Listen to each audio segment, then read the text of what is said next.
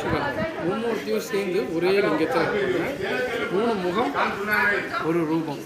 அவரோட பேர் தான் தானுமாலயம். தானு சிவன், மார் விஷ்ணு, அயன்.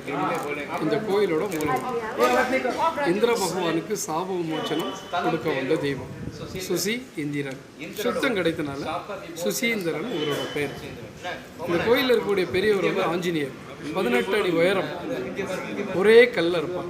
ராஜோட சிறப்பு, உலகத்தில் நீங்கள் எந்த கோயிலில் போனாலும் அவரோட வால் வந்து பின்னாடி கீழே, இவரோட வால் தலைக்கு மேலே தங்கையில் சண்டை போடும்போது ராவணன் வந்து அந்த வாலில் தீ வச்சு வால் சூடு உஷ்ணம், அந்த சூடை தணிக்கையை தான் இங்கே வந்து நிற்கிறார்.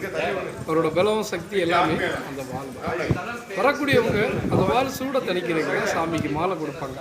வெத்தலை மாலை போடுவாங்க, துளசி மாலை போடுவாங்க, பூ மாலை போடுவாங்க. போடும்போது நமக்கு என்ன காரியங்கள் வேணும், குழந்தைகளோட படிப்பு, செய்கிற தொழில், தேக ஆரோக்கியம்,